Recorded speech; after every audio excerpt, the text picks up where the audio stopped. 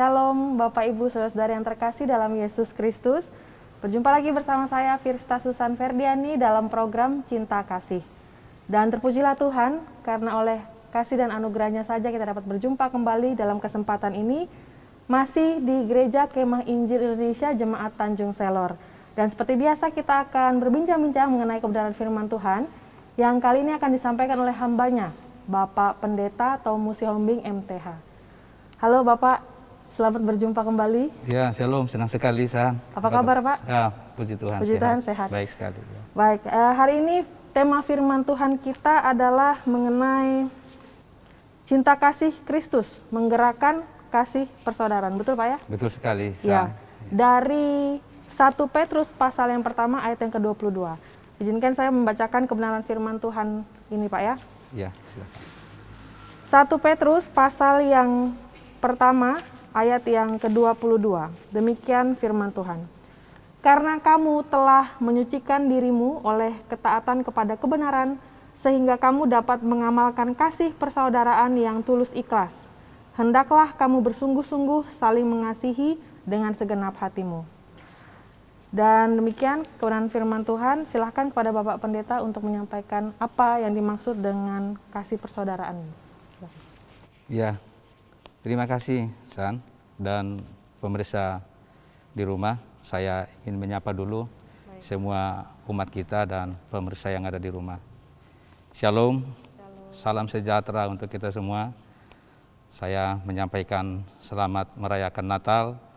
Dalam tahun ini kita bersyukur meskipun situasi kondisi bangsa kita belum pulih normal kembali, tapi kita bersyukur tahun ini kita dapat merayakan Natal, tentu dengan tetap memperhatikan protokol kesehatan.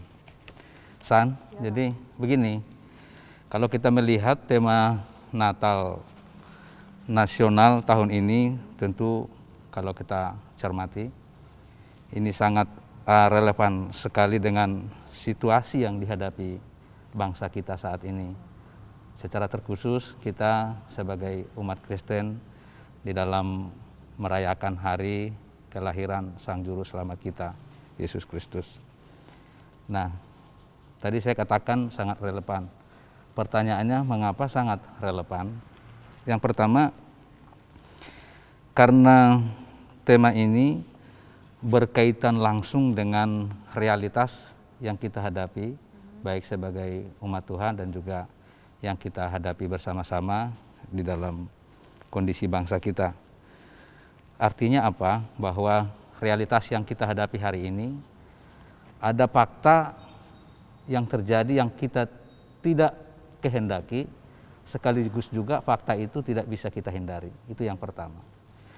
Lalu yang kedua, mengapa sangat relevan tema ini? Yang kedua, karena tema ini juga, San, membantu kita sebagai umat Tuhan, bagaimana kita menyikapi situasi ini, ya, sehingga kita dapat bersama-sama boleh melihat situasi ini sesuatu yang harus kita hadapi bersama-sama. Artinya kita butuh perspektif yang benar terhadap situasi ini dan kita juga perlu menyusun langkah-langkah strategis untuk menyikapi kondisi bangsa kita hari ini. Kemudian ketiga, kenapa sangat relevan ya saat tema ini? Karena tema ini juga memberikan harapan kepada kita ke depan sebagai umat Tuhan, ya, bahwa dengan kita semangat bersatu, kita tetap percaya dan mengandalkan Tuhan, ya, kita pasti dapat melewati badai yang dihadapi bangsa kita saat ini. Demikian, Hasan. Ya, itu 3 poin ya Pak yang ya, betul, akan kita pelajari dari kebenaran firman Tuhan hari ini. Ya. Yang pertama berkaitan dengan realitas yang kita hadapi. Ada fakta yang tidak dikehendaki, kemudian betul, tidak dapat juga kita hindari. Itu suasana yang Bapak maksud adalah? Iya. Seperti apa begitu ya? Terima kasih. Begini, kalau kita lihat konteks ayat firman Tuhan ini, ya, di dalam kitab Petrus, ya, di dalam 1 Petrus pasal 1 ayat yang ke-6 ya, kita lihat di sana bahwa jemaat mula-mula pada saat itu yang tersebar di Asia kecil, mereka berduka cita karena ada penganiayaan yang besar mereka alami. Mereka berduka cita bukan karena bencana alam, bukan karena bencana non alam, tetapi mereka berduka cita mengalami kesulitan yang sangat besar karena iman mereka kepada Tuhan. Kemudian tentu akibat dari penderitaan yang mereka alami, ada suatu perubahan yang terjadi di dalam hidup mereka. Perubahan apa? Awalnya mereka tinggal di Yerusalem, tinggal di Antioquia, tapi mereka terpencar ke segala penjuru yang ada di Asia Kecil seperti di Kapadokia, di Pontus, Galatia, dan Bitinia. Artinya ada lagi pola interaksi sosial yang baru yang mereka alami di daerah-daerah tersebut. Nah, fakta yang tidak dikehendaki itu ya penderitaan itu. Ya, tidak seorang pun kan yang menderita ya San ya. Kemudian fakta yang tidak bisa dihindari yaitu perubahan itu. Perubahan ini yang harus mereka sikapi, mereka hadapi. Nah, kemudian kalau kita lihat untuk konteks kita masa kini, apa fakta yang tidak dikehendaki dan apa fakta yang tidak bisa kita hindari. Yang pertama, San begini, ini kan sudah hampir 2 tahun kita menghadapi pandemi. Ini tentu sebagai umat, sebagai manusia, sebagai anak bangsa, kita kan tidak pernah menghadapi kondisi seperti ini. Tidak mau dengan kondisi ini. Kemudian fakta yang tidak bisa dihindari, akibat pandemi ini Susan sudah mengubah banyak hal di dalam seluruh sendi-sendi kehidupan masyarakat. Baik dari segi ekonomi, pendidikan, sistem pelayanan publik, sistem pendekatan pelayanan keagamaan. Jadi banyak hal yang sudah berubah Susan, dan ini nggak mungkin kita hindari, tapi kita harus menghadapi fakta itu. Ya, demikian. Terima kasih. Itu adalah penjelasan dari poin pertama. Kemudian tadi di poin kedua disampaikan bahwa sangat membantu bagaimana kita menyikapi situasi ini, Pak ya. Perlu perspektif yang benar, yang tepat terhadap masalah yang kita hadapi. Baik, bagaimana Pak dari hal-hal yang pencobaan atau penderitaan yang kita hadapi, strateginya bagaimana? Jadi begini, San. Kalau kita dihadapkan dengan suatu masalah, salah satu kunci kita untuk mengatasi masalah itu kita perspektif dulu, sudut pandang. Itu penting. Kalau kita memiliki sudut pandang yang benar terhadap persoalan itu, maka itu akan mempengaruhi ide, gagasan, sikap, dan tindakan kita untuk mengatasi masalah itu. Nah, contoh misalnya, bagaimana kita melihat pandemi ini, San?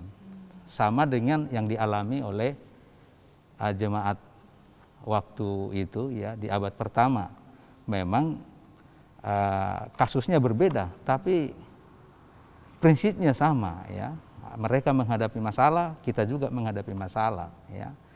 Jadi Petrus mengatakan bahwa ujian yang mereka alami, penderitaan yang mereka alami itu adalah ujian iman, bukan hukuman dari Tuhan. Jadi ujian. Nah, jemaat itu harus tahu bahwa penderitaan yang mereka alami itu bukan hukuman. Ya, bukan ajab seperti itu, bukan. Ya, tapi katakan itu ujian iman, katanya di dalam 1 Petrus pasal 1 ya. Artinya itu proses yang harus dihadapi, Pak. Iya, Pak. harus dihadapi, betul sekali. Baik. Nah, kemudian menarik juga, Pak, tapi sebelum kita lanjutkan bincang-bincang kita akan jeda sesaat, jangan kemana-mana. Tetap di program Cinta Kasih.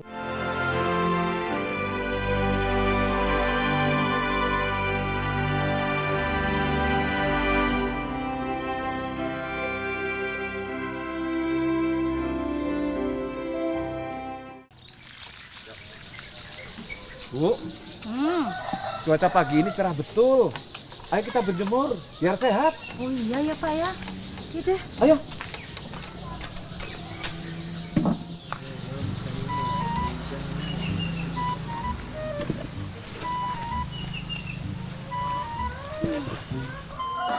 Jangan lama-lama berjemurnya, nanti kering seperti ikan asin yang si jemur ini. Ya berjemurnya jangan seharian dong. Nanti kering kayak ikan asinmu. Matahari pagi sangat baik untuk kesehatan tubuh kita. Terlebih masa pandemi ini. Memang kalian kebal sama COVID-19. Ya udah yuk, kita ikut berjemur juga.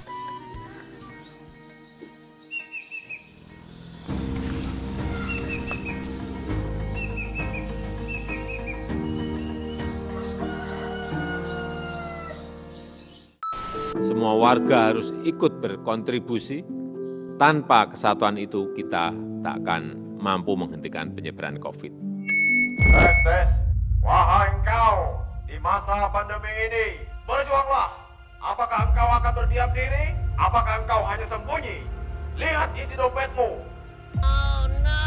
Cek saldo token listrikmu. Cek isi lemari dapurmu. Sadari tanggunganmu. Berusahalah, belajarlah, bekerjalah ketika sehat tenagamu. Tapi ingat, prokes, prokes, prokes.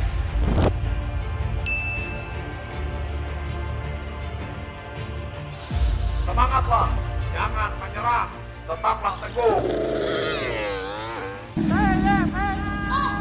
Bangkitlah di tengah pandemi ini, bangkitlah, bangkitlah, bangkitlah.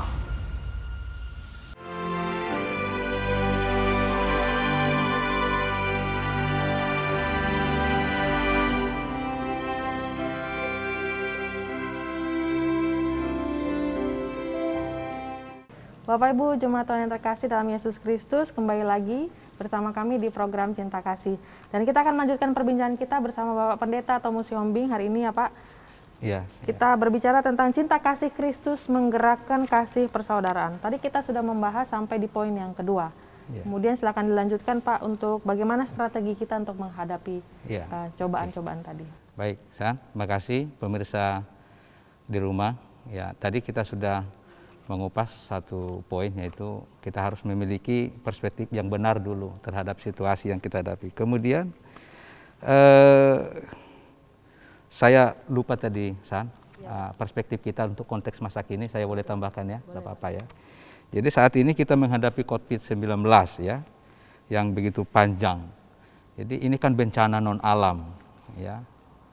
Ini bencana non alam dan ini juga bukan hanya bencana kita sendiri. Ya, tantangan yang kita hadapi, tapi ini adalah tantangan global yang dihadapi oleh seluruh dunia. Tidak mengenal siapa, pemimpin, rakyat, orang besar, orang kaya, yang tinggal di kota, yang tinggal di desa, mereka semua mengalami hal ini. Jadi artinya kita tidak boleh putus asa karena ini menimpa seluruh dunia dan kita percaya Tuhan pasti tolong kita. Kemudian yang kedua, ketika kita memiliki perspektif yang benar, maka kita akan menyusun langkah-langkah strategi atau sikap kita menghadapi situasi ini, khususnya dalam rangka kita merayakan Natal, itu memberikan harapan, semangat bagi kita.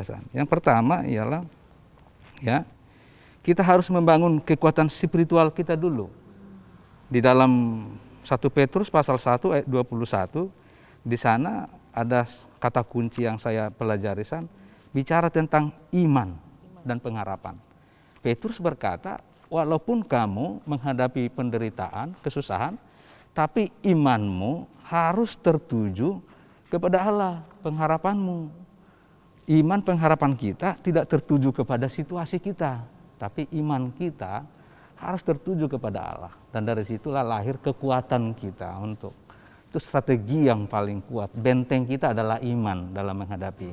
Artinya walaupun situasinya berubah-berubah, betul, iman kita tetap amin. Satu Pak ya. Tuhan yang lebih besar daripada yang terjadi yang kita alami saat ini. Kemudian strategi yang kedua adalah untuk memperkuat ketahanan bersama ya. Perlu kita memperkuat ketahanan bersama untuk menghadapi krisis ini.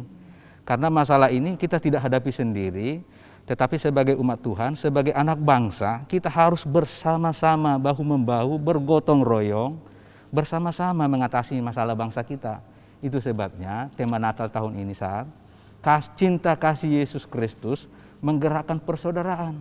Persaudaraan itu artinya kita harus membangun ketahanan bersama sebagai umat, sebagai anak bangsa supaya kita dapat bersama-sama menghadapi masalah bangsa Tanpa kita. melihat perbedaan yang ada, Pak. Betul Ya? sekali, siapapun. Siapapun semua Ya, termasuk. agama, golongan, kedudukan siapapun. Karena itu adalah panggilan kita semua sebagai anak bangsa untuk bersama-sama bertanggung jawab, mencari solusi atas masalah bangsa kita.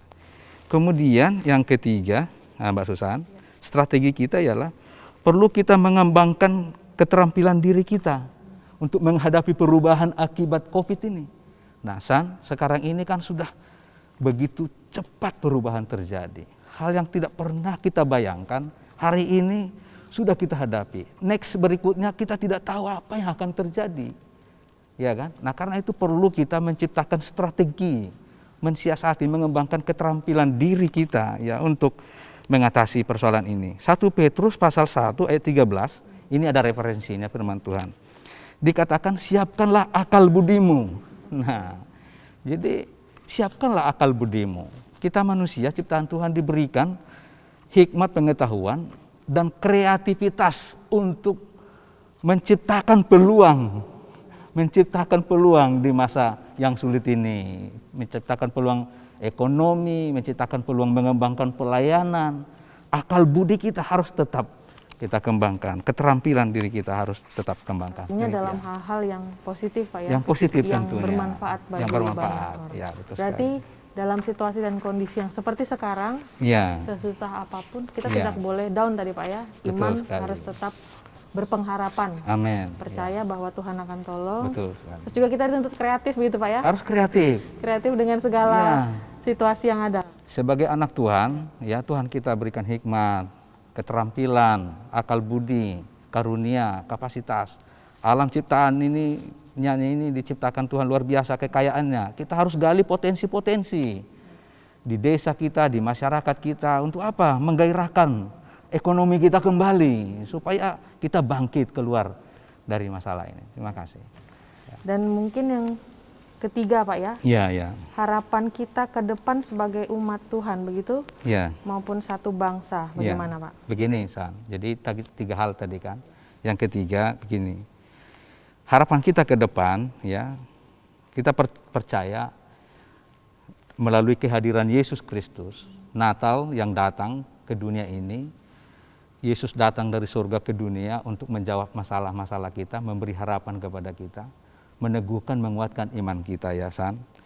Kita percaya apapun bentuk badai persoalan yang dihadapi oleh bangsa kita tahun ini, ya sesulit apapun, kita percaya kita dapat melewati bersama-sama dengan Tuhan. Itu harapan kita.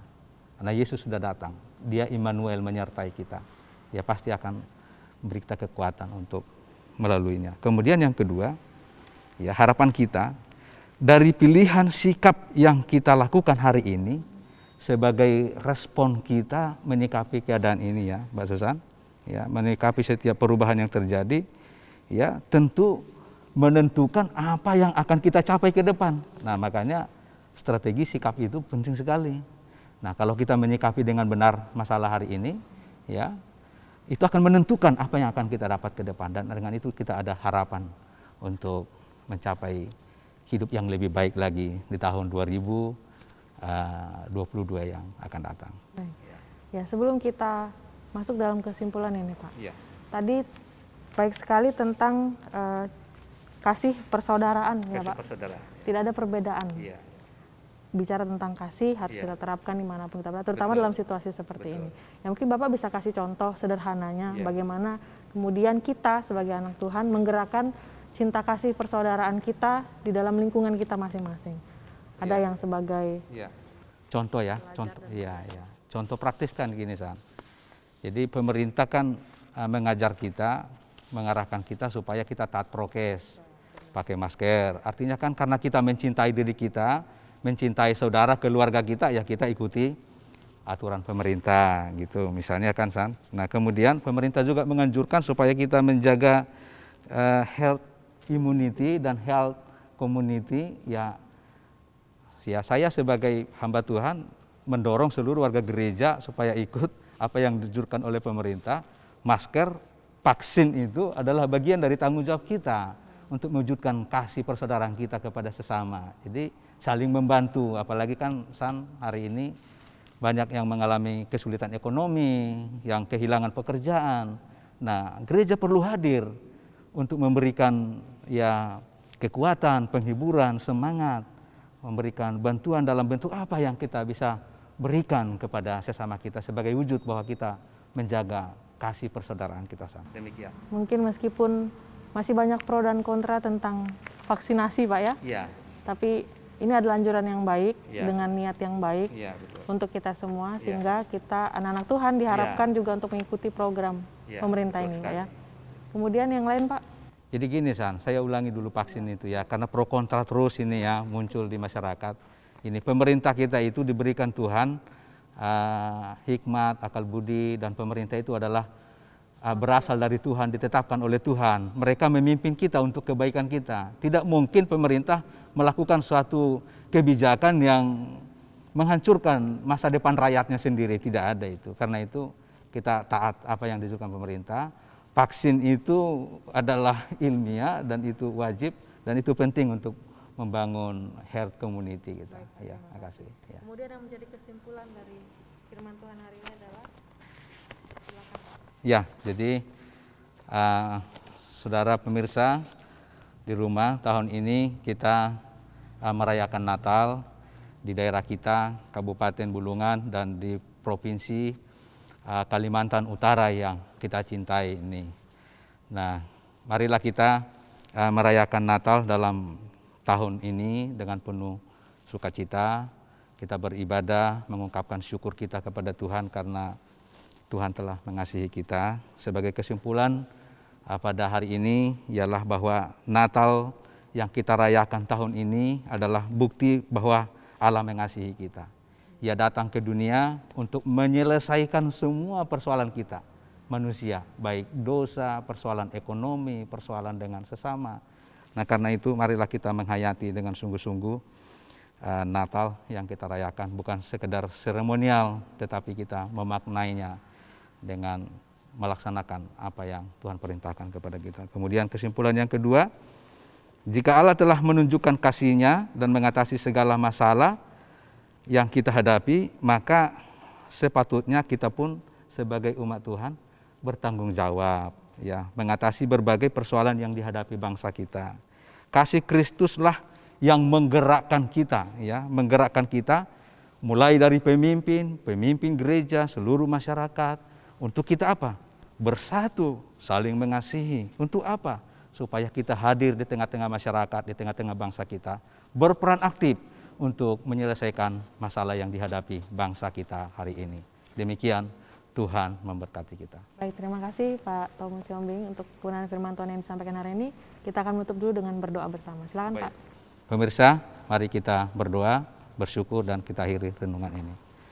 Bapa kami di surga, kami sangat bersyukur kalau pada hari ini kami boleh melihat satu kebenaran firman Tuhan yang memberikan harapan dan kekuatan bagi kami untuk keluar dan bangkit dari masalah yang dihadapi bangsa kami. Secara khusus kami sebagai umat Tuhan saat ini, di mana kami dihadapkan dengan situasi yang tentu tidak mudah kami hadapi. Kami percaya dengan firman Tuhan ini memberikan kami harapan, membangkitkan semangat kami sebagai umat Tuhan, sebagai anak bangsa, untuk bersatu padu, bekerja sama, kami bergotong royong dan mendidikkan pikiran kami, tindakan dan perbuatan kami bersama-sama untuk menyelesaikan masalah yang dihadapi bangsa kami saat ini. Terima kasih Tuhan, kami mengucap syukur untuk firman-Mu. Terima kasih karena Yesus Kristus sebagai juru selamat kami yang telah lahir, kami rayakan kelahirannya dalam tahun ini, kiranya melaluinya iman kami diteguhkan dan dikuatkan. Haleluya. Amin. Amin, puji Tuhan. Bapak, Ibu, saudara yang terkasih dalam Yesus Kristus, dengan demikian berakhirlah program Cinta Kasih hari ini. Sekali lagi terima kasih Bapak Pendeta Thomas Siombing MTH yang sudah menyampaikan kebenaran firman Tuhan hari ini. Kami berdoa kebenaran firman Tuhan yang disampaikan tadi akan menjadi berkat dan menjadi kekuatan baru bagi kita semua yang mendengarkannya. Saya Firsta Susan dari Gereja Kemah Injil Indonesia Jemaat Tanjung Selor beserta seluruh kerabat kerja yang bertugas mengucapkan terima kasih untuk kebersamaan kita semua. Tetap semangat dan sampai jumpa. Shalom. Selamat Natal pemirsa, Tuhan berkati. Tuhan.